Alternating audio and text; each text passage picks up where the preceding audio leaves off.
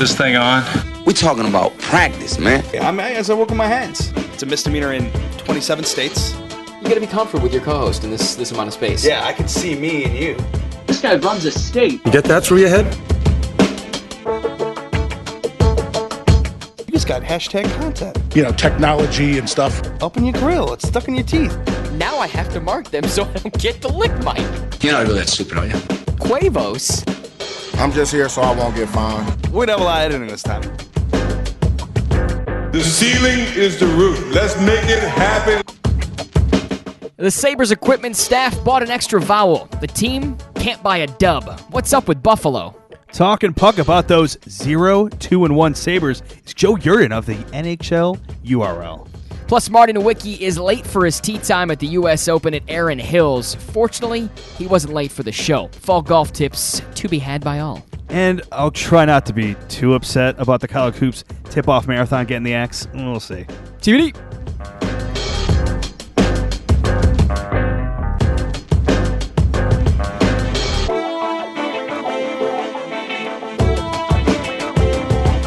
To be determined, episode 32, previously recorded from the studio in Mom's basement.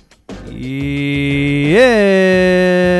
Oh, I touched the cord. Earphone things just pops out left and right. Well, I think it's because it's just so forceful with my there. That could have been. I think that was just the waves. Just knocked sound it waves? out. The sound waves knocked it out. At Sports by Bond, Stephen Bond, with at Travs Matt, at Scooty Minx. Matt Trable. Yeah, buddy. What's the word, Scooty? Well, Monday Night Football is bad. It's not good for us, I can tell you that much. Well, yeah, but I don't think it's good for a lot of people. The best part of Monday Night Football so far, which we're recording this, full disclosure, during the middle of the game, was halftime and the release of the Star Wars trailer. They filled the field of an NFL game with stormtroopers. That's unbelievable. Did you ever think that would happen? Like, this is a movie trailer. That's awesome. And on top of it, the trailer, pretty darn good. Wow. I'm very excited for this. You got Chewbacca, and he's got a little friend, like Star Squirrel. Who's the friend? Star Squirrel. No, I have no idea. Okay. Very sassy. And what happens to Kylo Ren? I don't know. He needs to stop killing people I love, though. That's for damn sure. This one's going to be interesting. Yes. This one's going to be interesting. Very nice. All right, so episode 32, busy show. Pleased to welcome on a new Fotson, Joe Yerdon of NHL.com. He's the Buffalo correspondent for NHL.com and a friend of a friend. Yes. Who's that friend? Oh, Fots Tom Martin of, I believe now, KCTV. KCTV? Out in Kansas City. Are you City. sure that's the call letters? I believe it's KCTV. We can do a quick Google search here. I'll just keep saying okay, no, that's all right. I'll talk right through it. I'm a professional. I'll keep talking through it. I'm clearly a professional singing that song. Also on the show, Marty Nowicki. Yeah, KCTV. Look at it. Popped up right there. Wait. Let me see this. Popped up right there. I got it right there on the Twitter. Wait, does it start with a W? No, they're in Missouri time. Out west, you start getting into the K's. No, instead I of the know. W's. Like KTLA. Yeah. Is that west enough though? I guess they it still is. have anything for the mids? I don't know. There's a line of some sort? There's not another letter for the mids. Huh. I didn't know it was west enough for that. In America. Yeah. I guess in KRE? Wow, okay. Yeah. Interesting. Anywho, Marty Nowicki going to join us to talk some fall tips and discussion about the end of the PGA regular season, quote unquote, or the playoff, whatever you want to call it. I guess the playoff technically. Mm-hmm. Justin Thomas winning the PGA Player of the Year, and I think deservedly so. It just was kind of evident late in the season. We'll get his thoughts. We'll get some fall tips. We'll talk about his great product, the Impact Snap. That's Absolutely. the reason he's out at Erin Hills. We're going to touch on the Bills. We're going to talk a little bit of Sabres, Week 5. Around the NFL, J.T. Brown making some news in the NHL as he's come out as the first NHL player to come out with a formal protest during the national anthem in hockey. I'll have some thoughts about that. Travs Mack going to have some thoughts, and rather sad thoughts, at the end of the show about ESPN eliminating the 24-hour tip-off marathon. Travs Mack came in sad, to say the least. I would say in tears. I've lost half my rundown as it falls apart here. So that's what you get for saying I was actually crying. Lies. They're all lies. All right, let's get to the Bills. The Bills get trapped on the road. I think that's the best way. I identified this on the Friday show as a trap game, and it was. And yes, very good in terms of doing what they did from a defensive standpoint, those big plays. I know we're going to really get into it here in a second, but A.J. Green, now, this is a little bit of hyperbole, but it seemed like he had money on the game for a while there. It did, didn't really it? good at the beginning, really good at the end. In the middle, he just volleyball setting stuff up for interceptions, coughing stuff up. Volleyball setup. That's a new Just one. like right in the air. That's a new one. Here you go, Jordan Poirier. Defense won them the turnover battle. They got 3 turnovers. They were +2 in the turnover battle. Defense, as you noted, amazing. This is a great-looking defense, but they can't do everything. The offense has simply got to reward them with some points when you get 3 turnovers. Listen, are field goals good? Sure, they help. No doubt about it. It adds to the scenario. But this offense has got to find a way to find 6. And what was glaringly evident about Sunday is this offense has no depth. As soon as Charles Clay left the game, you suddenly looked around and went, oh boy, who's going to catch the ball now? And, hey, we've talked about it on the show before, but No Gloves O'Leary, he was very good at Florida State. I mean, he's winning awards, best tight end in the nation, because of what he did offensively as opposed to what he did blocking. Yep. But not a lot of offense to start off his Bills career, and he's getting pushed into showing what he did as a Seminole, and I think at least it worked out for when Clay was out of the game. He definitely showed a little bit of sauce there, but remember, LaShawn McCoy said in the post-game press conference, looking at it from a fan's perspective, and which is good. A lot of times that doesn't happen. Yeah, they don't like to do that. Because, I mean, there's an obvious break in between those two parties. And that's nothing against all the guys that don't usually think of it from a fan's perspective. But he said, I got to think, for us not capitalizing on those turnovers and getting the ball back, fans got to be saying, dang. And he actually kind of like yelled it a little Emphasized bit. It, yes. Yeah. And just how frustrating it can be. Because this defense did what they did in this game, won the turnover battle by multiple turnovers, got 3 overall. They had to start Cedric Thornton. They had to start Matt Milano because Ramon Humber, one of the best tacklers in the NFL so far this season, was not able to go. They had to start Sharice Wright, who had a lot of issues guarding people in the first half. Had a couple good plays there in the second half. But to overcome personnel problems like that, I mean, the offense definitely were given an olive branch by the other side of the ball for the Bills. Yeah, that's a great point. The fact that this defense was dealing with a number of injuries. It's injuries on both sides of the ball. So there shouldn't be an excuse for the offense, but that offense was anemic at times. You've got one of the best running backs in the league. You've got a pretty good offensive line to the left side, and they kept running to the right side behind inexperienced guys and Geno Atkins.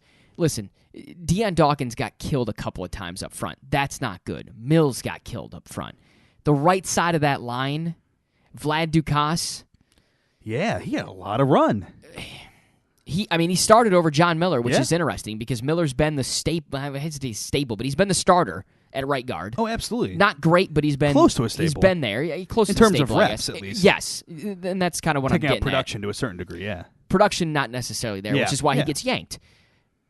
But there should be no excuse for this offense. You've got to find a way for the system to work, for the quarterback to make that system work, and it's simply not the case. When Tyrod is trailing in games, he's just not good. He cannot bring a team from behind to win games. He just can't, and we've seen that. Listen, this is maybe a historically bad wide receiving crew, as was noted by ESPN's Mike Rodak, statistically speaking. Yeah. And even when you look at it, I mean, this is an anemic-looking group. How is Andre Holmes your highest-paid receiver? And you think in today's day and age, in today's NFL, you're going to be successful at all? And this wide receiver core, what you're seeing a lot is the fact that you have guys that are really on this team to be a return man. In a Kalen Clay, in a Brandon Tate. Granted, Brandon Tate has had good offensive moments in his NFL career before he came to the Bills. These are guys that aren't expecting. I mean, Brandon Tate played very well, unexpectedly to a certain degree. So you have to give him some love for that. But these are guys that we're not expecting to have this big of a role offensively.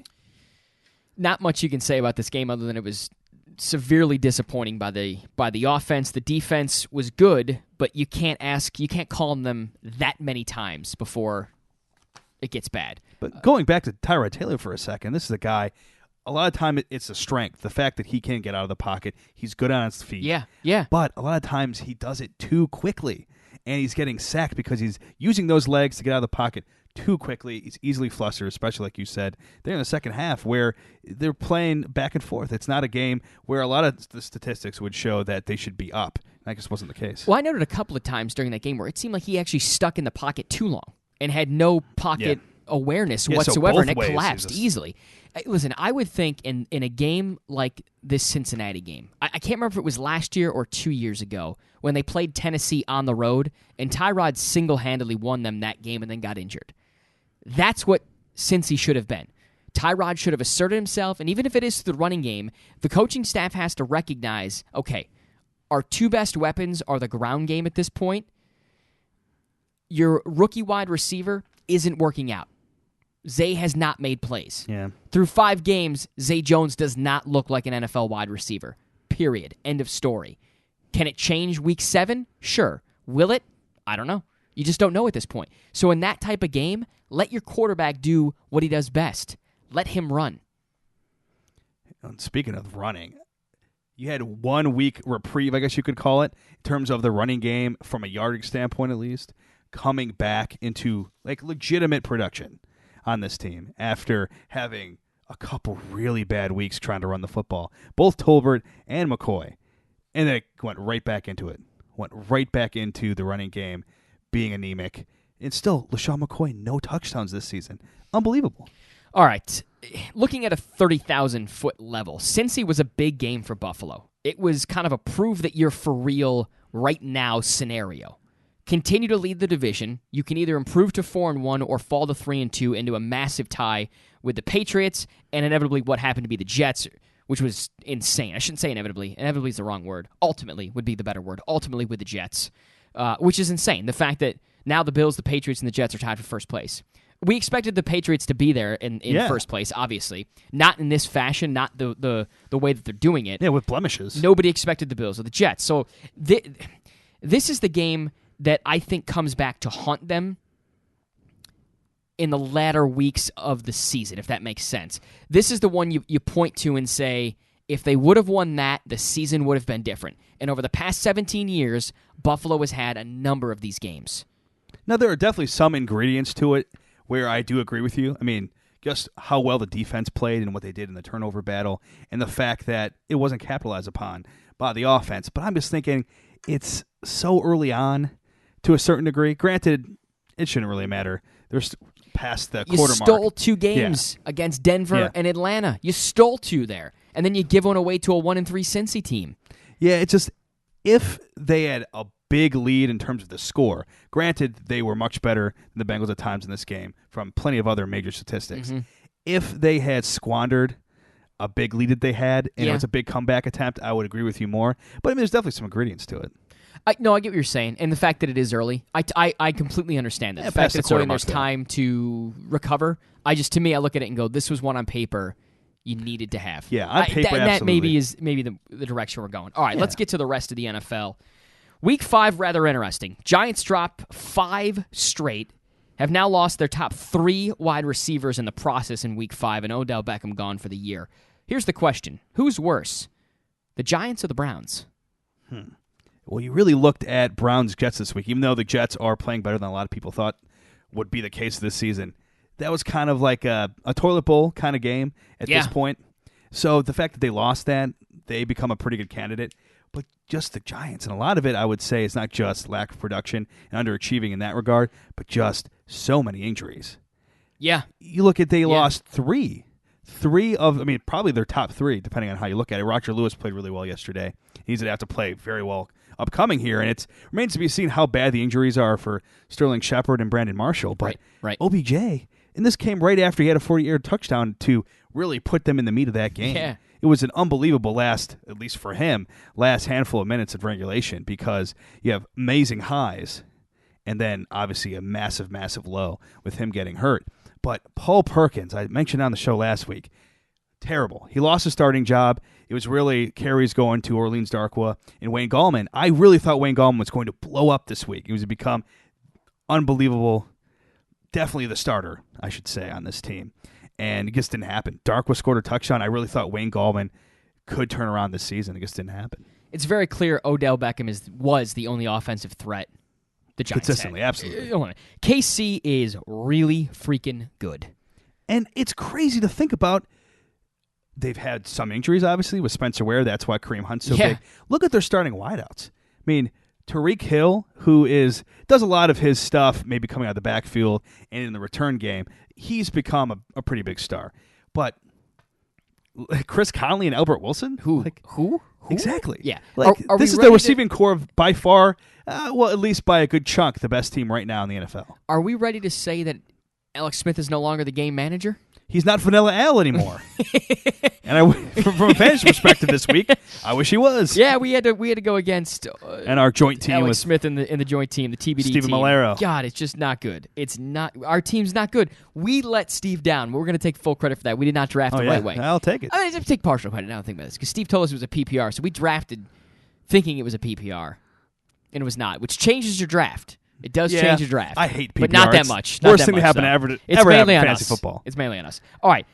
Aaron Rodgers at the end of that Dallas game. What is it about this guy at the end of freaking games? He can do this. 14 times now. It's insane. 14 times. This dude's on another level. He's on another planet. And how about on the other end of that play, not from a defensive standpoint, from a pass catching the one who Receiving. caught the Receiving. From Devontae Adams looked like he might not play football again 9 days ago. Yes. Yeah. With how bad that hit was. I mean, his helmet after the Danny Trevathan hit, it made ripples in a helmet. Yes. If you slow it down. Yeah. That's how hard and arguably dirty that hit was. Yeah. And Devontae Adams had the first scoring and the last scoring for the Packers in an unbelievable game against a big-time opponent in a game that they were down, 21-6 at one point, I want to say? Yeah. It did not look good for the Pack. It certainly did not look good for the Pack. Eagles are legit. Now, in one of my fantasy leagues, I have Drew Brees going like we do for the TBD team. So, early on, I had Joe Flacco as the backup, and he really didn't do much. And nobody really had a whole lot of confidence in Carson Wentz. They figured he could get the team some wins. I don't know that anyone saw him as this productive and this good for fantasy football.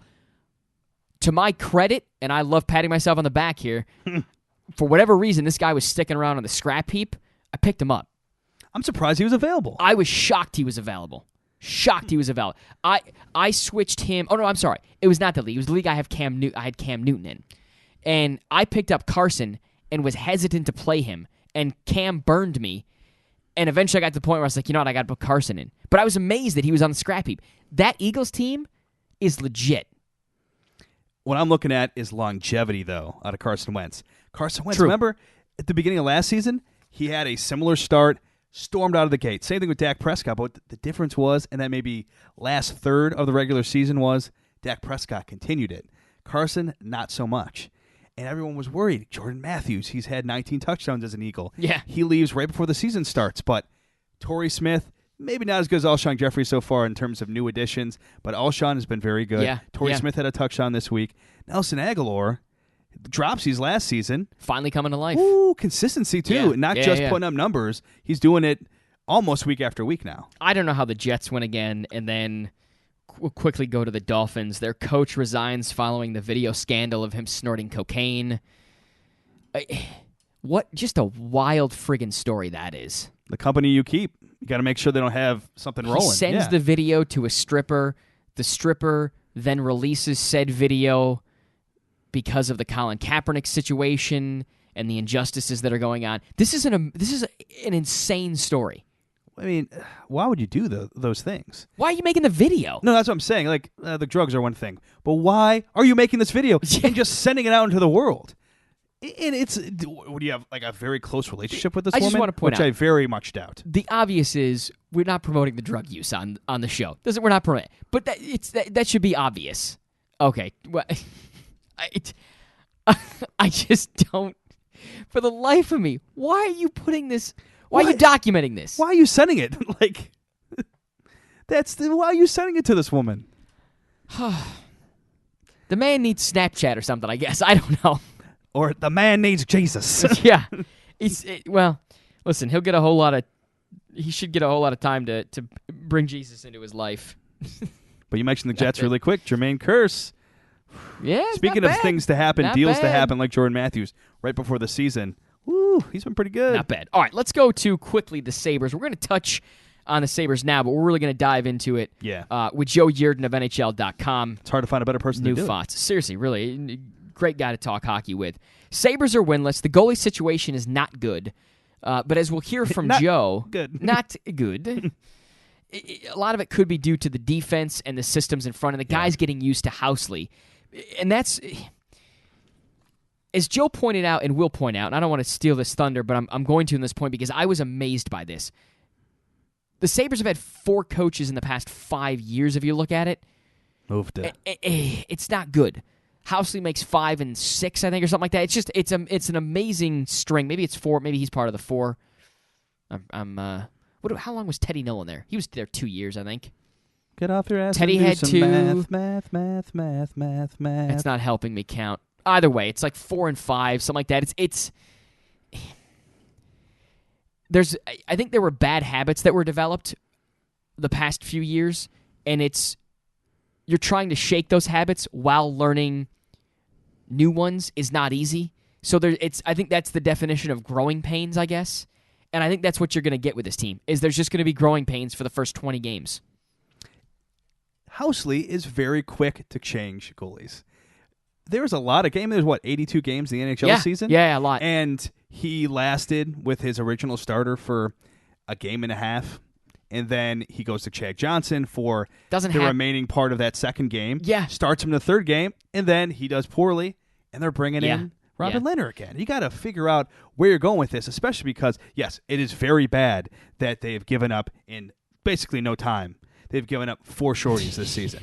But there was a couple fluky aspects. I mean, you had a face goal to start off the scoring today. Against the Devils, yeah. And then the final goal for the opposition today was just crazy. So it takes a turbo boost off a shot off of Chad Johnson's pad, and it just plummets towards the other side of the ice, and it's a 2-on-1. That's really hard. I mean, come on. Right. Especially a guy that's downtrodden already. It's given up 5 goals. So there's some fluky aspects to that. Yeah, no doubt. I think you can say that. And it's bounces, and they're just not getting the good bounces early on in the season. It's a game of inches, and that's what happens.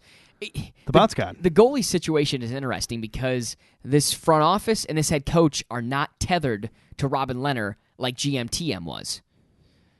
So we'll see what happens with that scenario.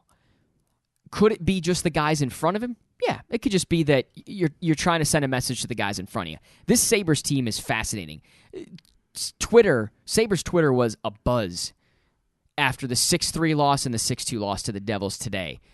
Listen, the Devils rebuilt from the back forward like you're supposed to do, and you go from the goalie right up the center, and then you flank it with wings and defense.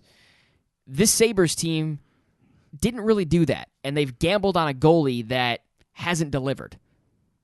He did for Ottawa for a little while, but he hasn't delivered for Buffalo, and he didn't deliver for Ottawa at the tail end, which is why they were willing to give him up. Ottawa got the better end of that deal. They got a first-round draft pick out of it. I don't think Leonard's worth a first-round draft pick. I didn't at the time, and I still don't to this day. A buzz is probably negative or positively a good way to describe what the fan base is, but just getting booed off the ice. Not good. Yesterday, or in their second game of this season against Montreal, and then that was the first game. That was the first game. The second game at home against Devils. Yes. The Devils is when they get booed off the ice. And then getting booed today. Yeah. And then the fact that not a lot of fans sticking around at the KBC through that second intermission after they went into the third down 6-1. Not a good look. It's not a good look for this team right now. You got to give them time. That's the biggest thing. It's the only thing you can say at this point. And it sucks because how much time has been devoted to trying to get them to this point is a lot. It's been a few years now. But as I said before, when you bring in a new coach, you hit the reset button a little bit because now it's different systems.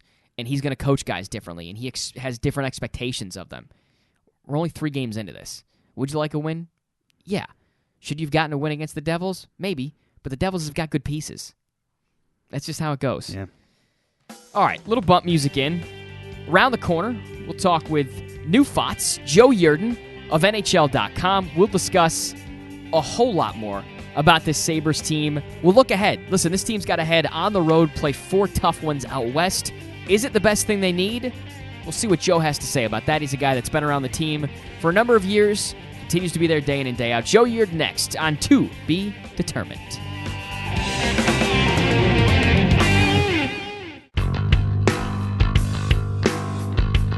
You're you, I'm me. I hope you listen to the first part of this show to learn our names. We're back here to be determined. At Sports by Bond with @Trebs. Matt, pleased to welcome in a new friend of the show, @Joe Yerdon. So pretty self-explanatory as to who it is. Joe Yerdon, a Buffalo correspondent, I should say. Not contributor, it's correspondent. I always goof this up for NHL.com. Joe, thanks for joining us.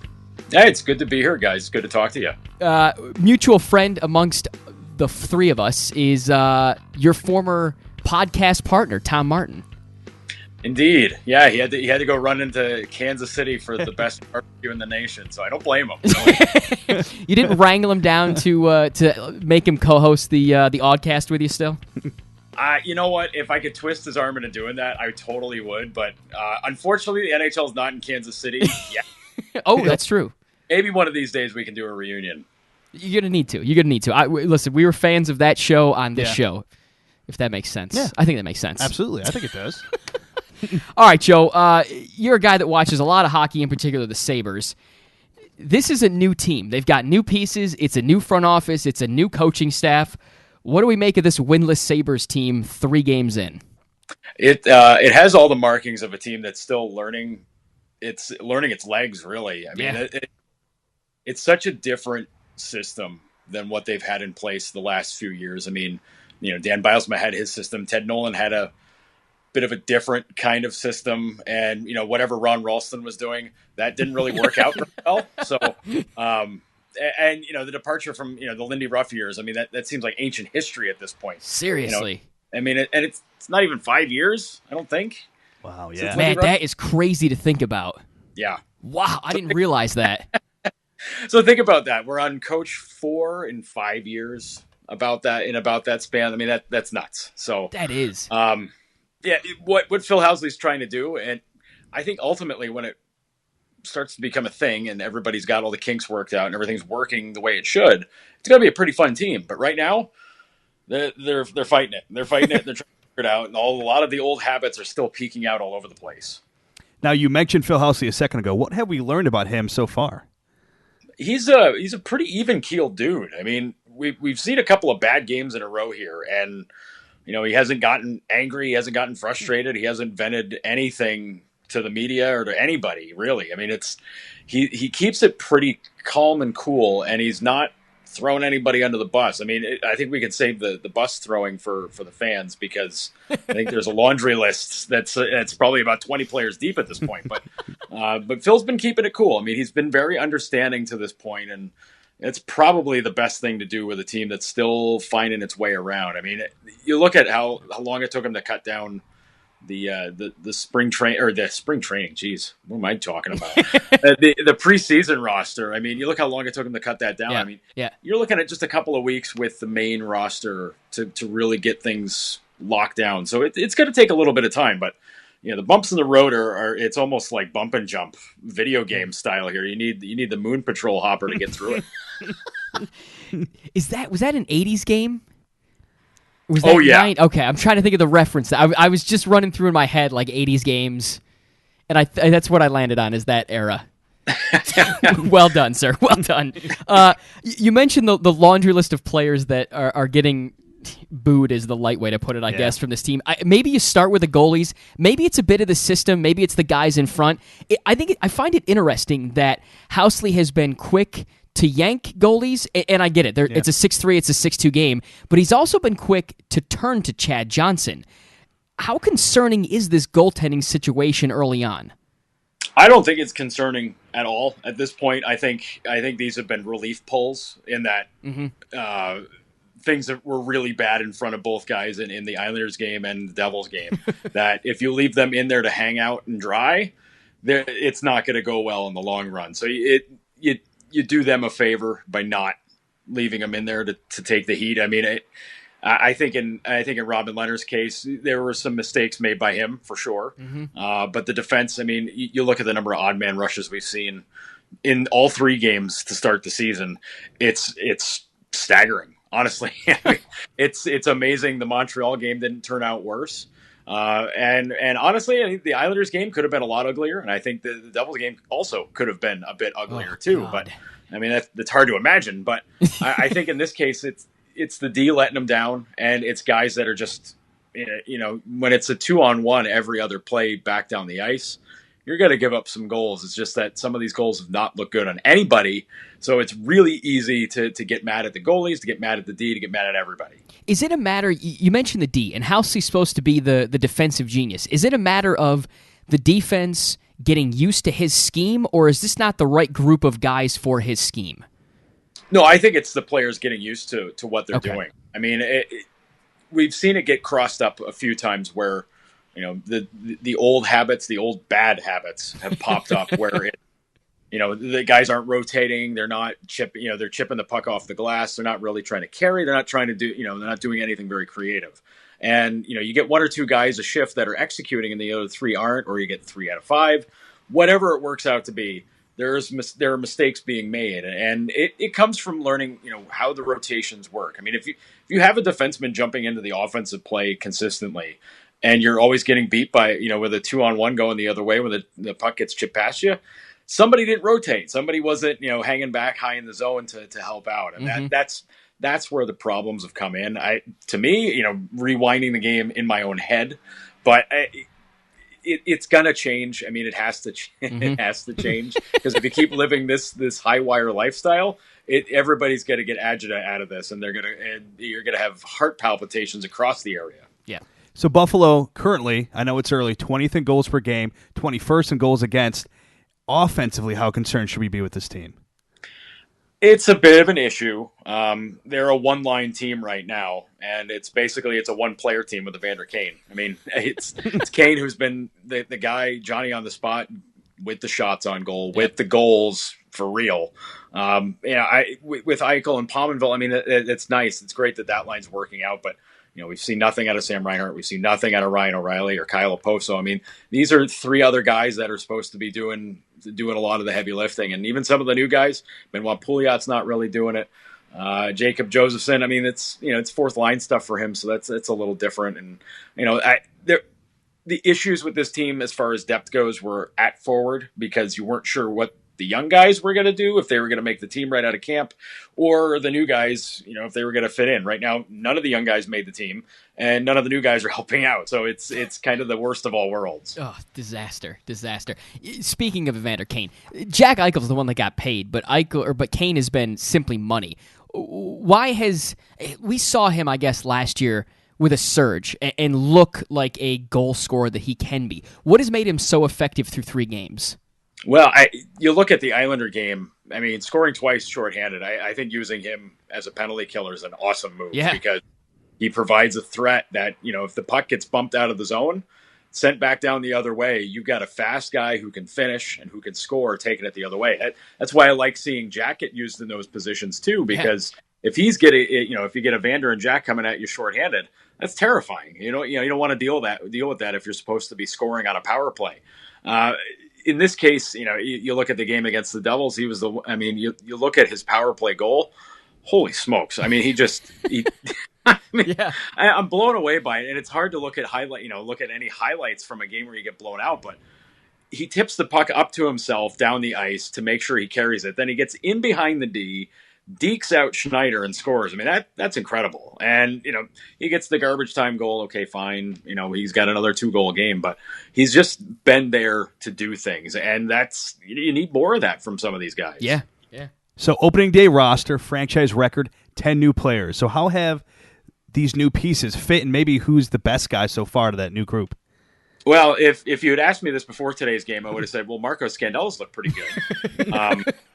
But I think Nico Hischier put him on his own, action poster today with his setup of Brian Gibbons in the first period. I mean, that's tough because Scandella had a tough camp, but he's looked mostly okay, I would say.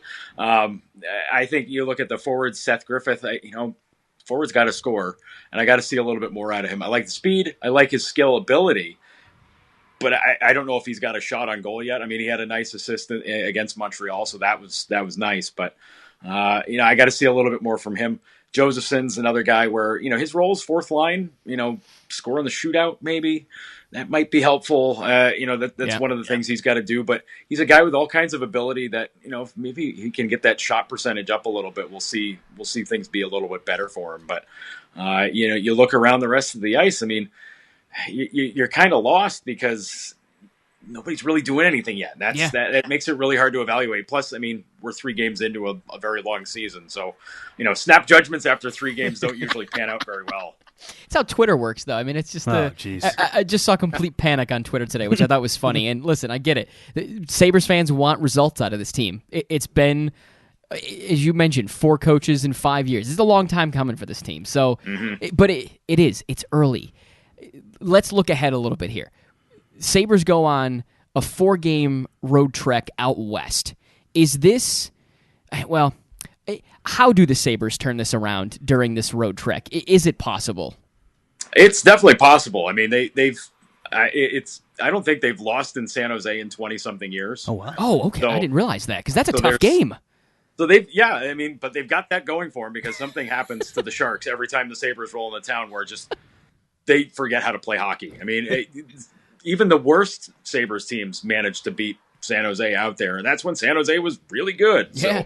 So, they have a tough time in Anaheim. LA, you don't know what you're going to deal with. In Vegas, I mean, Vegas is undefeated, so nobody saw that. We'll see what happens with them. But I honestly, at this point, with things being as tough as they are, with the team not playing that great, getting out of town for a week and a half, probably not the worst thing for them. I think it could help out in the long run because these guys are going to get to bond on the road. And I know it's cliche as all get out to say these kinds of things, but really, after getting booed out of your barn in the second game of the season, second home game of the season, maybe getting away is not so bad. Yeah. Good point. So getting away from sports for a little bit here. Final 5, number 1, what's your alma mater? I'm a graduate of Oswego State, SUNY Oswego. So that's called hockey while I was there. Nice. Started off in college at Mass College of Liberal Arts, which had a hockey program while I was there. No kidding. They don't have it anymore. I think they dumped it in 2004. Okay. 2003, 2004, I think they dropped it in favor of cross country and women's volleyball. So those were much cheaper alternatives to hockey. I guess so. That would make sense. Yeah, cross country, less equipment. You're right. yeah. It makes total sense. And but yeah, that was called hockey games there for WJJW radio in North Adams and also for WNYO in Oswego. So that was nice. That was my life. I was essentially the beat writer and broadcaster for for hockey my senior year of college. So I didn't really go cruising into a degree. I was more or less like, let me just work and do everything. and Joe had to call games from the old barn at Oswego. It wasn't the new campus center, which is significantly different. I've been to both.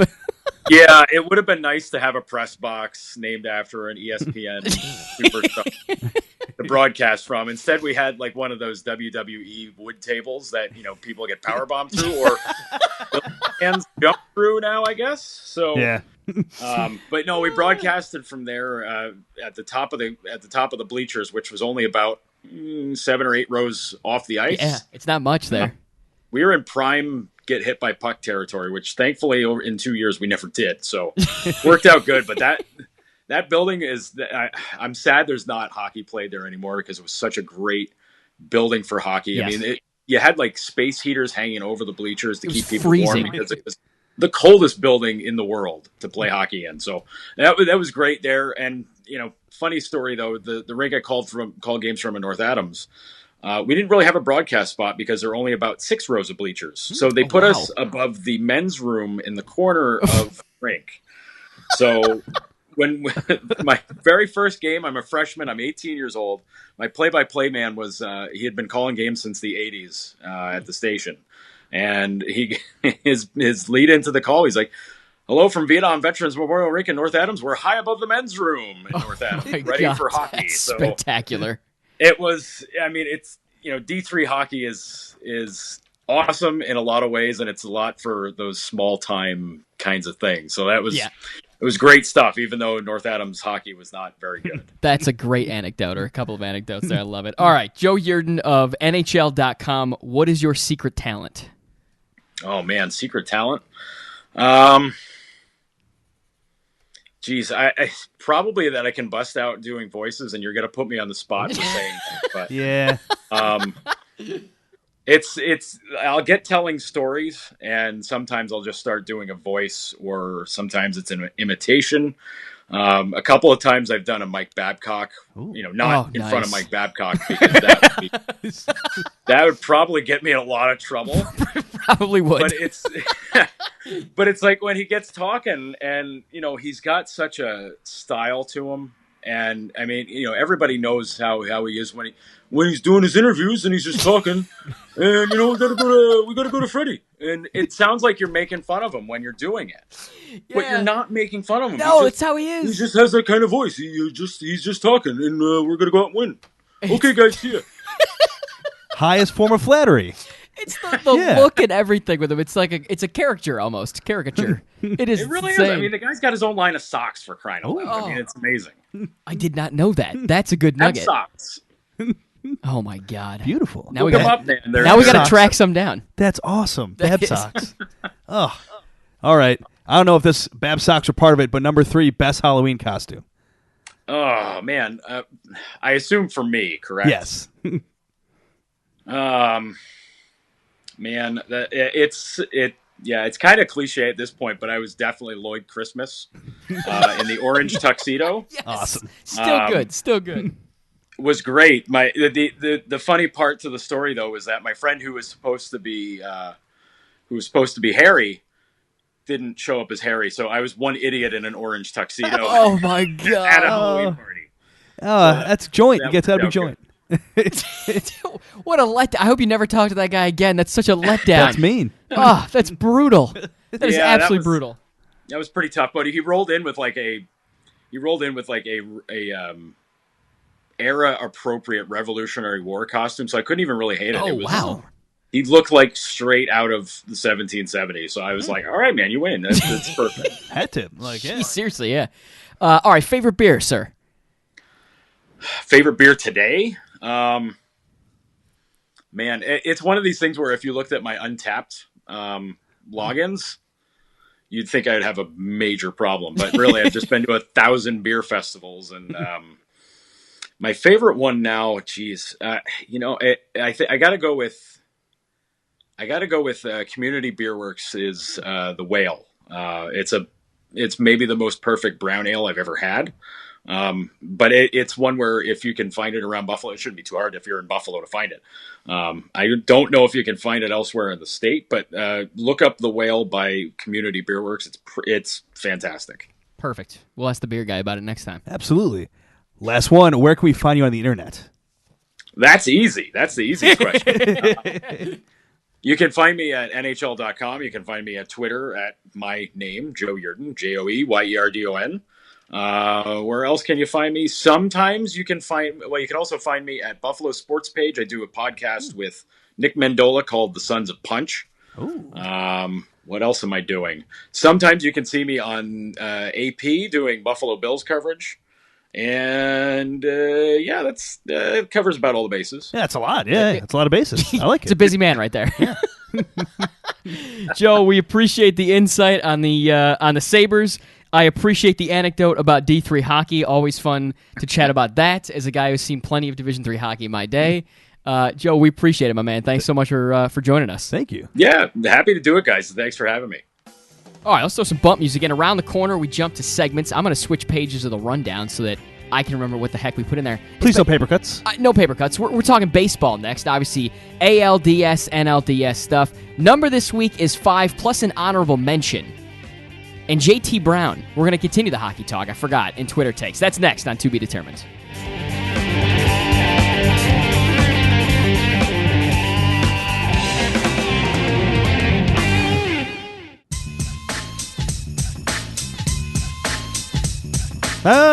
TBD, TBD, TBD. I'm just not. I'm not okay with that. But we're gonna have to roll with it. I had a really good idea, guys, and I guess it just completely was erased. It was just deleted from my head. We've been sitting here for a few minutes now trying to. It was good. It was good. Rack thy brain. So that is after 3 seconds of thinking. That's what you got. All right. Hey, listen. Sometimes al natural I am is so better. irked. All right, segments. C block. Let's talk some baseball. Houston on to the ALCS after defeating Boston 5-4 on a Monday. That's a good baseball team. It is. That's a good baseball team. The Stros were great in the regular season, and they're picking up where they left off in the postseason. And there's so many sports on right now. So we were watching a little bit of Sabres, and we're doing some other things for the show. And 20-year-old Rafael Devers, he hits an inside the park home run to start the 9th, and I'm just, it's over. Yeah. Boston's keeping this thing alive. Yeah. And then you just find out within an hour later after that that's not what happened. It's pretty wild. It was so interesting. So the guys who started game 1, so Chris Sale for Boston, and then Justin Verlander, who was surprising to a certain degree because he's not Dallas Keuchel, starting for Houston, and they both came in relief. It was the first ever relief appearance. Justin Verlander did not go well. Chris Sale, on the other hand, did pretty well. Yeah. And then just to see that it flip-flopped, I mean, that just shows that Houston just has that cardiac in. They've got the bats, too. And as much as you need pitching in the postseason, you got to be able to produce some runs, and they can. Moments ago, as we're recording this, the Yanks have tied the series at 2 games apiece. Wrapped it up. So we're headed for a decisive Game 5. 7-3 the final over Cleveland, and I think that Cleveland team is really freaking good. So this is surprising to me. Probably the hottest coming into this. Yeah, this is surprising to me. The question is, did Girardi cost the Yanks by not challenging the hit bat? Yeah, because they won tonight. Or hit batter. Because they won Phantom tonight. Hit batter. Might so have they been win wrapped tonight. Up. So Might have been wrapped up. Could it have been wrapped up? That's the That's question. the thing. Yeah, that is the question. The question I had in here before was, does that linger? Does that situation linger in the clubhouse? Does it linger? Does it create unease? I guess it doesn't because you get a 7-3 win. I mean, unease, but it could linger. Unease could still be in the mind of young guys. And the fact that it happened in terms of a player perspective, it happened with a young guy in Gary Sanchez. I don't know. Does my manager not trust me? Because he immediately looks over at him, looks over at somebody he's obviously relying on a lot, Joe Girardi, and it's not reciprocated in terms of him trying to challenge that play. And it hits the knob of the bat, Lonnie Chisenhall. And, I mean, naked eye to a certain degree would show that he didn't really flinch a lot with something that would seemingly be very painful. But also, Gary Sanchez has a front row seat. It's a mistake, and Girardi admitted that. I think this was a rallying moment for the Yankees clubhouse. Yeah. And it's Overcame evident. It's evident because of the performance they had tonight with a 7-3 win. That to me is a win where you say, all right, mistakes happen. Guys make mistakes all the time. Read a pitch the wrong way, bad throw, whatever it might be. Baseball is a sport more times than not you lose. Your hitting percentage is only at, if you're a really, really good hitter, high 30s. Possibly 40% if you're amazing. Put them in the huff. You know what I'm saying? So the typical guys are right around 25% effective. They're 25% right, if you want to call it that way, whatever you want to say. I think this was a moment where that clubhouse rallies around Girardi and says, okay, our guy made a mistake here. Everybody makes one. Let's move on and get the next one for him. And I think they did that. Plus, with Girardi, not only is players giving him the benefit of the doubt and giving him love through this, but also the fan base, the front office. Yeah. I think everyone still needs to stick by him. I know he's having a contract come up here soon. They weren't supposed to do this for another year, at least. Yeah. He got out of the postseason. Good point. So you really got to give him love for getting to this point, getting him to a point where he can even make that mistake. His contract is up after this season. There's been no discussion, to my knowledge, of him saying, I'd like to be here. I'd like to continue to do this job. I don't believe the Yankees have said anything. So that's a really interesting situation. That he's not jumping on that more. I mean, granted, Well, this is not a good time for it. Maybe like the game just ended, right. so he might say something after this. Not a good time. But yeah, because he's talking about other things. What I would say is, if you're the Yankees, you've now surpassed expectations this year. Absolutely. You're a year ahead of what you've scheduled to be or where you hope to be in the plan. Don't you have to sign him to another contract as much as Yankee fans don't really like Girardi?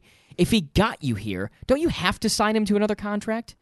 I think you do. And I know that seems very cut and dry and black and white, but the ingredients, I keep saying ingredients, it seems to be there for that move to be made. Yeah. And people are so quick. I know it's just because of it's that sports market. A lot of emotion. It's that sports market, but so quick to boo the man. Yeah. No, you're right. All right. Dodgers and Diamondbacks just getting going. So we'll skip that series for now. Yeah. Let's touch on the Cubs. Friday show. It's coming, baby. There we go. I like that. Nats and Cubs. Cubs get the 2-1 win at home. That's a big one. This series, to me, has 5 written all over it. But now that I say it, it's the Nats. It's the city of Washington as Siri goes off. I don't know what. That's never happened before. We have it on all the time. Siri thought I said Siri, and I said series. This phone. Oh, it didn't I'm do it telling this you. time. Siri? Oh, it's got to be your voice? It's got to be my voice. So if I said, hey, Siri. Oh, it did work. Then it pops up. It took a second, so I'm like, oh, now it doesn't work when you actually say the real word. God's sakes. Right in the middle of a thought, and I don't have many of them about baseball, so this is bad. This is the series to me that has 5 written all over it, but because it's Washington sports, it's only going to go 4, and the Cubs are going to take this 3-1 now. It's just there's so many big-time characters in the MLB right now going on in this game. I mean, what a finish today. Right after Michael A. Taylor has an unbelievable fielding play the inning before, you have him and a couple teammates. No one is calling the ball properly. It falls in between 3 Nationals. It drops. And, hey, one half of Brizzo, Anthony Rizzo, unbelievable. They win the game on that kind of defensive miscue, which is just unbelievable. I keep saying unbelievable because guess what? I just can't believe it. That's just the old Dick Vitale line when Indiana beat Kentucky. It's unbelievable. I can't believe it. Thank you for defining that for us. But coming into this game, Rizzo, before he even had the heroics, which maybe not all about him, in this game at the end, this is a guy that already hit records for the postseason with the Cubs organization, 4 power numbers for RBIs, 4 home runs. The Brizzo train was killing it. And he had an 8-game hitting streak in the postseason on top of it. And, man, I don't know. It's going to be kind of tough to beat the Cubs when you have the Brizzo train going. A lot of good baseball. A lot of good baseball right now. All right, let's go to the numbers. The number this week is 5, as in the number of INTs Ben Roethlisberger threw on Sunday. He's the first Steelers QB to throw 5 in a game since Mark Malone, but he's not in bad company. As ESPN Stats and Info tweeted out, and that's where we got this little nugget from. They're the best. Eli Manning did it in 2013. He's pretty good, 2 Super Bowl rings. Matt Ryan did it in 2012. Then it starts to fall off. Mark Sanchez went to 2 AFC Championship games. Kyle Orton in 2005, the former Bill, was with the Bears at the time, I believe. Right? Was that his Bears years? I think that would have been his Bears years. All right. Chad Pennington. There's a throwback name for you, 2003. Granted, if this was Miami, Chad Pennington, much better. That's true. He was a different quarterback. And then John Kitten did it in 1999. There's a name for you. Yeah. My goodness. Journeyman. Yeah. Big Ben said following the loss, quote, maybe I don't have it anymore, end quote. Now, granted, does he have it anymore? Yeah. Granted, if anybody says this in professional sports, you would just expect it 100% to be sarcasm. But because there was all that conversation coming into the season about possibly retiring earlier than a lot of people would have expected before this kind of got floated out there, it makes you think for maybe 1%, 1 iota, is this true? I don't think it is. I still think it's sarcasm, which would be a 99 of 100 cases in professional athletes, but that's a lot of drama in that locker room right now. From Le'Veon Bell to Antonio Brown, I mean, your biggest 3 guys, just too much drama in that locker room right now. There simply is. Le'Veon Bell, he's big on the drama. Yeah. Whether it's a whole list drama of stuff. Drama queens. Yeah. All right. Honorable mention for number is 729. Is the number of receiving yards Syracuse wide receiver Steve Ishmael has. He now leads the nation in receiving yards. He's really one of the lone bright spots for this Orange team that is not good. They're 3-3 right now. They'll be 3-4 after this week playing Clemson. Hey, it's just not they're not getting the upset over Clemson. I'm sorry, they're not. Clemson's really, really, really, really good. I'm a Penn Stater, so if they could do that, so it would be nice, can move up to right? number 2, yeah, it'd be nice then, for you. I get it. But Ishmael's been. I mean, listen. Everyone wondered who's going to replace Amba. Who's going to be the guy that replaces Amba? Well, Ishmael's done a pretty good job. He's a homegrown talent. Ambed Atawo came in as a Maryland guy. Was somebody that every week you're checking where he is on this master list of NCAA receiving yards. And a lot of people will say in this game, especially because it was such a big touchdown in the game in general, but hey, did he push off? It doesn't matter because he would have still had a very good game. He's had good games throughout. I mean, Irv Phillips has games, but the consistency level, if you compare the two, it shows how good Steve Ishmael has been because he's doing it week after week after week. And hey, Eric Dungy needs it because he's not getting any help from Strickland in the running game. No, he's not. All right, so the numbers this week, 729 and 5. Twitter takes. JT Brown providing some perspective behind the first NHL protest during the national anthem. Brown became that first NHLer by raising a fist. As a result, Brown said he received death threats because of the protest, but he also explained why on Twitter. And here's where I have a ton of respect for JT Brown. I'm going to read you the lengthy quote here and then explain why. Brown says, quote, "This is not and has never been about the military or disrespecting the flag. It is about police brutality and racial injustice and equality in this country." He also said, quote, "I also talked to members of the military to have an empathetic conversation about the demonstrations during the national anthem." He later said, "I have respect for those who put their life on the line to protect and serve their community." He also said, "I have received racist remarks and death threats because they disagree with how I choose to raise awareness." End quote. And I picked through. He had 3 pages on his Twitter feed about this. You can go on his Twitter and check it out. But here's where I respect JT Brown. He took the time to go investigate and to go open the dialogue, which is the entire purpose of these protests. He went, he had conversations with military, he had conversations with police. He went and did his research. He talked to people in the community.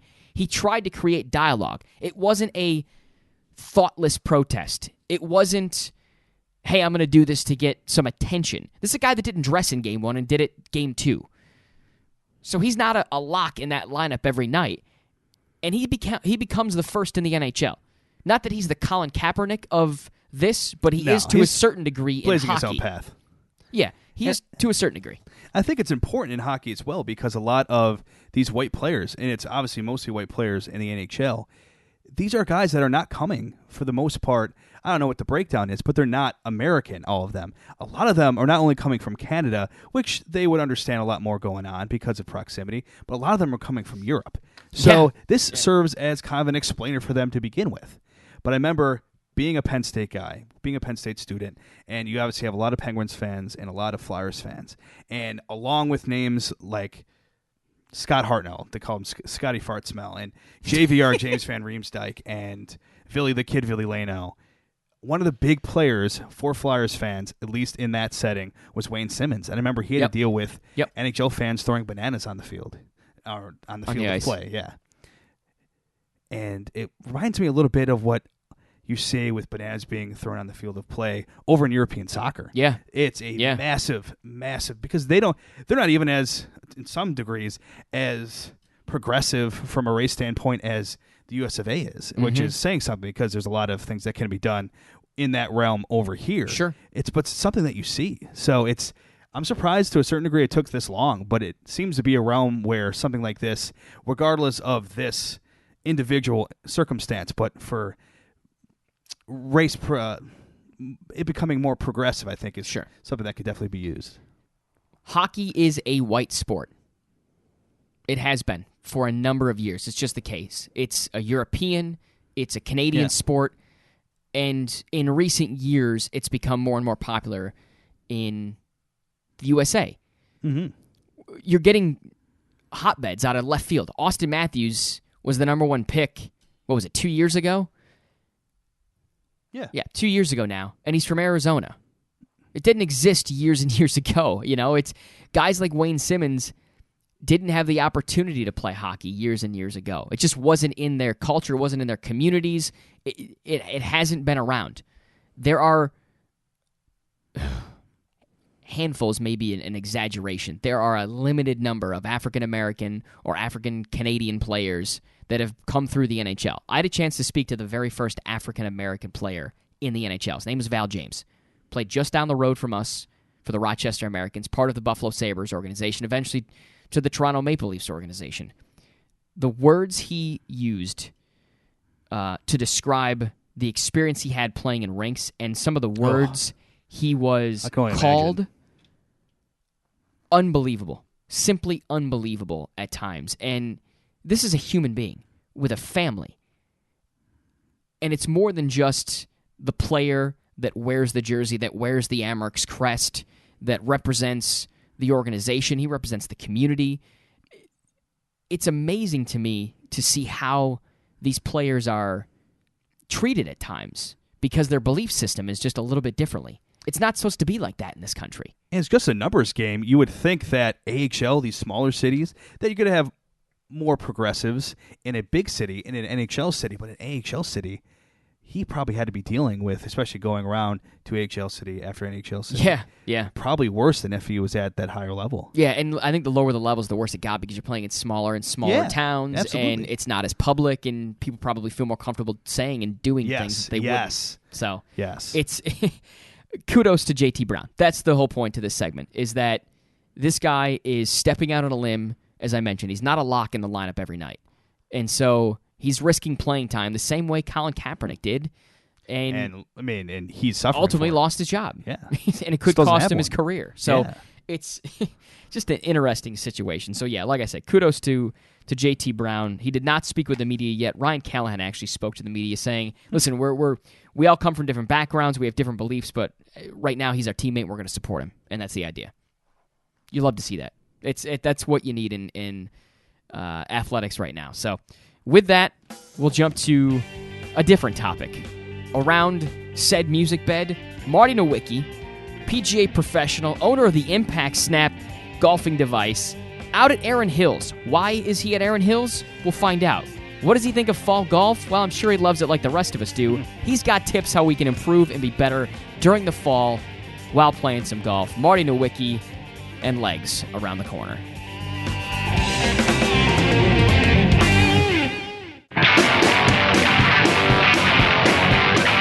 What a time, these fall times. Sports aplenty. Let's talk about them. We're back here on To Be Determined. Very well done, Travs Matt. Look at that. Still on fire. At Travs Matt, at Sports by Bond, the show, at TBD_show. Oh, I forgot to get Marty's Twitter handle again. I'm telling you, I do this every time Marty's on. Marty Nowicki, the owner of the Impact Snap, PGA professional. It's at Marts 528 24.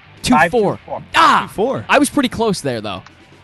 And then at Impact Snap. At Impact Snap. Give those a follow if you haven't already. Marty, do you tweet golf tips out of your personal account? We not out of the personal one. I really don't understand Twitter. You and me both. So, I have a buddy. A buddy of mine really runs the at Impact Snap. So when I put out a new video on YouTube, I'll load it also onto our website. I'll put it out on Facebook. He'll retweet the YouTube link, and then at March 524 will retweet what he tweets. Okay, all right. I know enough to do that. All right. Hey, that works. That works. Absolutely. So it's really give Marty a follow, but make sure you're following the Impact Snap one. That's the important thing. That's all I was trying to get across. It's a 2-for-1. Yeah, exactly. Exactly. Marty joining us from Erin Hills. We'll get to that momentarily. The important stuff is fall is finally here in upstate New York. We finally have the wind, the rain, the cold temperatures, the whole 9 yards. I'm not alone in wanting to hit the links, and as we just talked about off air 2 seconds ago, I have not hit the links nearly enough. Turns out Marty hasn't either. So Marty's probably included in this. What adjustments, if any, do we make to our game if we still want to hit the links before the snow gets here? Well, you have to put on a little extra layer, obviously. It is warmer where I am, I guess, than where you are. I guess it rained pretty cool out back in Syracuse. It did. And the last 2 days it was like 74 and really nice and sunny here. Rub it in, Marty. Rub it in. No. I don't know. I'll tell you what. Always, thin, the thin, athletic, long layers under your pants, under your shirt, under your sweatshirt. Look, fall golf, there are days that you have to wear 3 or 4 layers. If it's raining, you're going to need 2 or 3 layers on and then a waterproof layer on top of that. And look, we'll be able to play golf for another 6-8 weeks if you really want to play golf. Yeah. And there are certain golf courses around Central New York that even this time of year, they'll stay dry until it really snows. Okay. So, that's rather than slushing around in, galoshes, it's more fun to play when it's a little bit dry. Right. So, as long as it's not windy, most I don't know. I've played tournaments when it's 38 degrees. You just wear a ski hat, you wear mittens, you take them off between shots. And as long as if you're walking, you stay warm. So that's the one nice thing about golf. Yeah. And one of the big things, this wasn't scheduled. We weren't scheduled to talk about this, but they have this, it's like a golf racing combination where you tee off and literally sprint to your ball to play as fast as you can. It's like sprint golf. Okay. So, I mean, people literally will play 9 holes in 40 minutes. Oh, my gosh. Whoa. Yeah. But you hit something, you'll probably play with 6 clubs. Okay. You sprint to your ball, catch your breath, line it up, hit again, and you're doing that for 9 holes. So I think that, I don't know, that might be the next kind of new wave aside from Top Golf, which Syracuse probably will never get. But I think there's one in Arlington, Virginia. I guess it's about as close as we're getting. One, maybe Pittsburgh has one. But, okay. I'll see one next week out in Las Vegas. So very nice. Very nice. Got some travel for Impact Snap. So very nice. Let's talk about golf. Golf season, PGA Tour. Absolutely. Well, really quick though. So fall, like you said a second ago, means those more layers. Granted, like I'm a kind of crazy person wearing shorts in the winter kind of guy. Yeah, Marty, I just got to interrupt for a second. This is a guy that goes out in a polo and shorts in literally winter. The guy doesn't wear pants. I think I saw a video of you hitting a golf ball out of a snowbank. You may have. Maybe. You may have. This insane. The guy doesn't even own. I don't think he owns a winter jacket. I don't know if I do. So that's what I'm saying. As long as you're not catching a cold. Yeah. All right. Go out and play golf all winter. Yeah. I'm okay with that. Yeah. So. Sell you a membership. Yeah. Not a big cold guy here. Big cold guy, not coat. So is there a trick to maintaining your swing when you have all those extra layers on? Well, I think rhythm and balance are 2 key things. Okay. Normally, when you have an extra layer or 2, your swing is going to get shorter, but that doesn't mean it should get faster. Normally, if I have some buddies from North Dakota that they all have these beautiful little compact swings, only because they grew up wearing 4 layers when they played, so they couldn't get the club back very far to begin with. But they all learned how to hit it far with short swings. The key, I think, is just maintain a good rhythm so that you don't get too quick while you're, in compact conditions. All right. One more golf one before we move on to the PGA stuff. And this is what I found interesting. This could be just me diving way too deep on the internet. But, I mean, golf is a sport of consistency. You want the same swing. Guys like to use the same clubs, even the same golf balls. But what I read was that you should actually use a softer golf ball when it gets colder. Is there any merit to that? Is there anything we should be changing up if we're playing in the colder temperatures? Well, I think the key thing to note, and I'm sure I'll get the percentage off by a little bit, but for every 10 degrees, there's like a standard temperature. Okay. Call it 70 degrees. Okay. If it gets 10 degrees warmer, the golf ball will fly about 4 or 5 yards further. Oh. And then every 10 degrees below that 70, it'll fly about 4 or 5 yards shorter. So, I mean, if you're playing and it's 40 degrees out, if your normal 7-iron in the summer is going 160, it's not going to go 160 when it's 40 degrees out. Okay, so you just take a club and you play golf. Okay. All right, so the idea is you club it up then. There is some science that would back up whatever that statistic is. And it's somewhere, I was close to the actual numbers, but just close. All right. I'm sure if you Google how does weather or the temperature affect the golf ball, someone will have the scientific data to back that up. It's like horseshoes. We'll call it close enough. Yeah. Moving to the pros now, Justin Thomas. You've spoken very highly of him time and time again in this show. This seemed like the obvious choice for a PGA Player of the Year. Was he in your mind? It's, once he won the PGA, it was hard to not have him right on the top of the list. Yeah. So, and then I'm pretty sure, what did he win a couple weeks ago? Was it the BMW or? I think it was the BMW. Yeah. FedEx Cup. BMW, I think it was out in Illinois. 5 wins, a major. That is,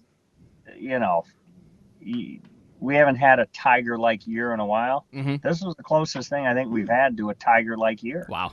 Very nice.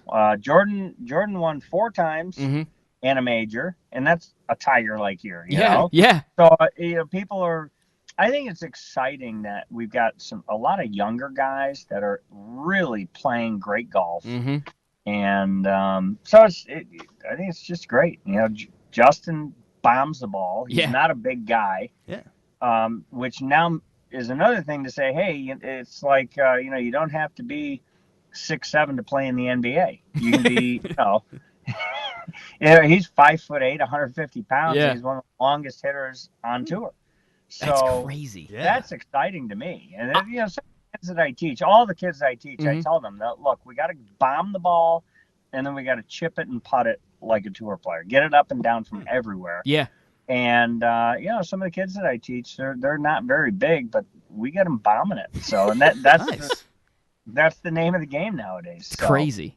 What's amazing about these young guys to me is not only how talented they are, but how friendly they are off the golf course and how much they want to beat one another on the course. I love that about these younger guys.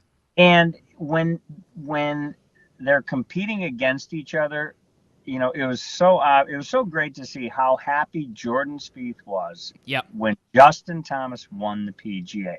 These guys, they do want to beat each other, but if they don't win, they're happy for their friend that did win. And that's just the epitome of sportsmanship and class. So that's a lot of fun to see, and it's just great to see. Good for the sport. It's good for the sport too. Agreed. Yeah. Who is a lesser-known guy on the tour to keep an eye on this winter and upcoming spring? Well, that's a great question. I didn't get that in the pre-interview session there. Should have prepped him with that. I'll take responsibility for that. It's bad producing on my part. There have been a couple guys that have you might have heard their names, but I think they're ready for a real breakout. Kyle Stanley's one of them. Kyle bombs the ball, and he may have won. I know he won on the web.com. He may have won on tour. I'm not positive, but he hits it so good, and he's been up there a number of times. Another guy is actually a Canadian player, Graham DeLay, who most people pronounce it Dillette, but I think it's pronounced Delay. Okay. He absolutely smashes the ball, and for a couple of years, his chipping and his pitching was pitiful. Absolutely pitiful. But he still managed a bunch of top tens and, worked his way into contention a bunch. And he played pretty good this past weekend. Yeah. These are guys, the modern game, you have to hit it 320 and you've got to get it up and down from everywhere. Yeah.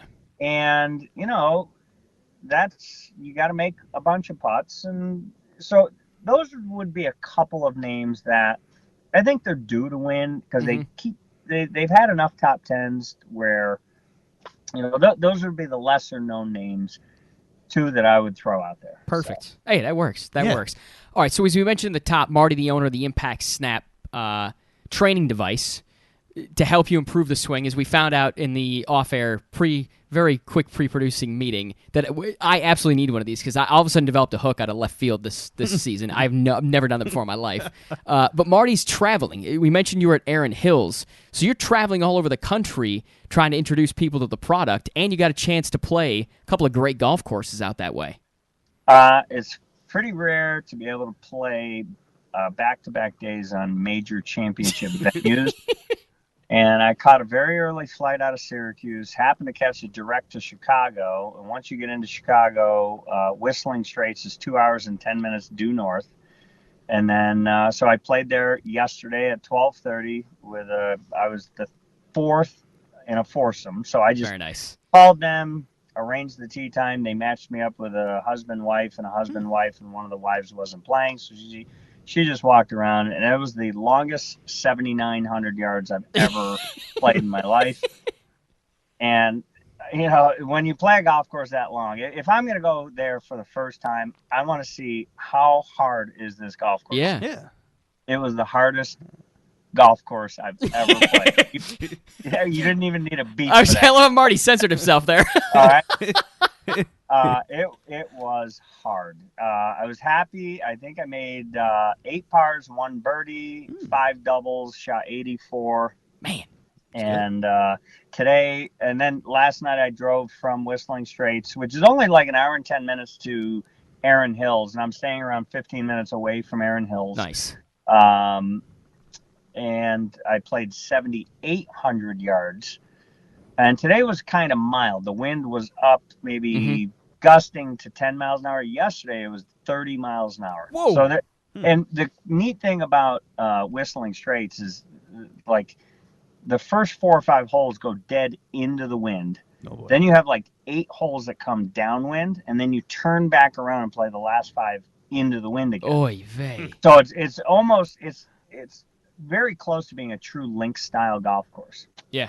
And but it's just spectacular, and some of the par fours that, you know, when I think back of you know, where Dustin Johnson or some of these guys just hit the ball, and the fact that they could reach the green in 2. Now I'm traveling with a very light golf bag. I'm only playing with 10 clubs. I did not bring a 3-wood, did not bring a hybrid, did not bring a 4-iron. Wow. Because I needed to stuff a bunch of impact snaps, and you know how that the airlines get when your bag weighs 74 pounds. I took some clubs and balls out of the bag, but I still have golf balls left, and I was able to play with 10 clubs. It's pressure to keep the balls in bounds with that. Oh, yeah. That's the case. Hey, that's a good challenge. I drove the ball okay. So, but they were both just, it's just so much fun. We lost Marty visually for a second there. Oh, we're good. It's just anytime you have a chance to play a major championship golf course, it's fun. And, you know, we've got 6 or 7 in New York State. You're right down the road in Rochester at Oak Hill, if you ever have a chance. Bethpage is the epitome of a public golf course that hosts majors. Yeah. And, you know, you got Wingfoot, you got Baltusrol, Shinnecock has an open coming up. They just played the President's Cup at Liberty National. You know, so there are a bunch of golf courses around New York State that host big major events, and you know, it's fun to play them. Yeah. And I always said, you know what, I have never played Pebble, but for $500, I'll pay it once and I'll go play it. It's an experience. You know? Yeah. And it's off my checklist, and I can say that I played it. Absolutely. Marty, where can we find the Impact Snap? You can find it at impactsnap.com. It is a lag and release trainer and 2-time Golf Digest award-winning training aid. Impactsnap.com. It's the best. Beautiful. It's the best. Marty, you're the best. We appreciate the time, sir. Thank you. Guys, anytime. Thank you. All right, time for It's Got Legs, story that's going to continue to make headlines. And this is the unfortunate headline for one at Trabs Matt. ESPN, as I've noted here, tearing Trabs Matt's soul apart, offering less basketball coverage. They eliminate the 24-hour marathon. I don't know anyone that stayed up for the 24-hour marathon except for you, sir. I actually knew a bunch, especially in college. Okay. Yeah, and, well, even if they're not staying up for the entire 24 hours, they're absolutely watching the primetime games both nights that it spans across. And here and there, people would like to watch, because of just the novelty of it, watch a middle of the night, watch a morning game. It's just big because you're seeing, in terms of these events, these tournaments, Bracket Busters, which was a late season event, I should say, to help out teams in non-power conferences, because it was the best teams that weren't in the Power 6 playing each other. Bracket Busters is the first to drop. Then it was the Midnight Madness festival, I don't know what you call it, but a marathon in its own right. So you go around. I know Syracuse was a part of it half of the times it was going on. I love Midnight Madness. But now they don't really televise too many of them, and if they do, they're not on the same night, and now you have this. Everything's jumping to those ESPN3 games, and a lot of them are being produced by the schools themselves, which make things different. It makes things difficult, and now you are forced to pay students or workers and get all these other helpers, and it's hard to do that at 4 in the morning.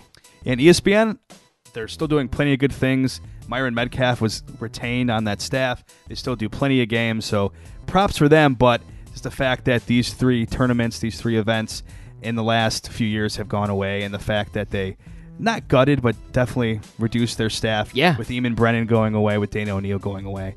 It's definitely too bad. Not good to see. Not good to see for sure. All right, that's legs. We move to thank yous. Our thank yous to Joe Yerdon of NHL.com for joining us talking some Sabres. Discussed a little D3 hockey, his favorite beers. Great segment from Joe. We appreciate that. Our thanks to Marty Nowicki, PGA professional, owner of the Impact Snap, our golf guru here on To Be Determined, talking some fall golf and PGA stuff. Our thanks to senior producer Mitch Beluco. Our thanks to executive producer at Sports by Mom. Make sure you check out the show every Monday or Tuesday. We've been changing things up a little bit thanks to work schedules and whatnot. It happens. We'll get you the show as soon as we can. That's why you have to subscribe.